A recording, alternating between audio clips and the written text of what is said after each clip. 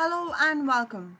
In this video, I'm going to be showing you how you can install Telegram in your desktop. Now it's a pretty straightforward process. All you have to do is in a new tab of your web browser, enter desktop.telegram.org like so, and you will have a screen something like this. So the OS of your PC will be automatically detected, and in my case I've got Windows, so it's saying get Telegram for Windows.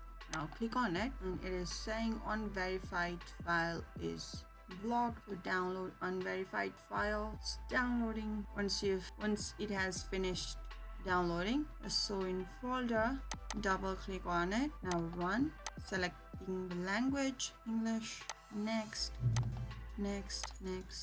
and install. Finish. So the Telegram app will launch itself once the installation is completed. Now click on start messaging. You can either scan this QR from your mobile device to log in, or you can log in using your phone number.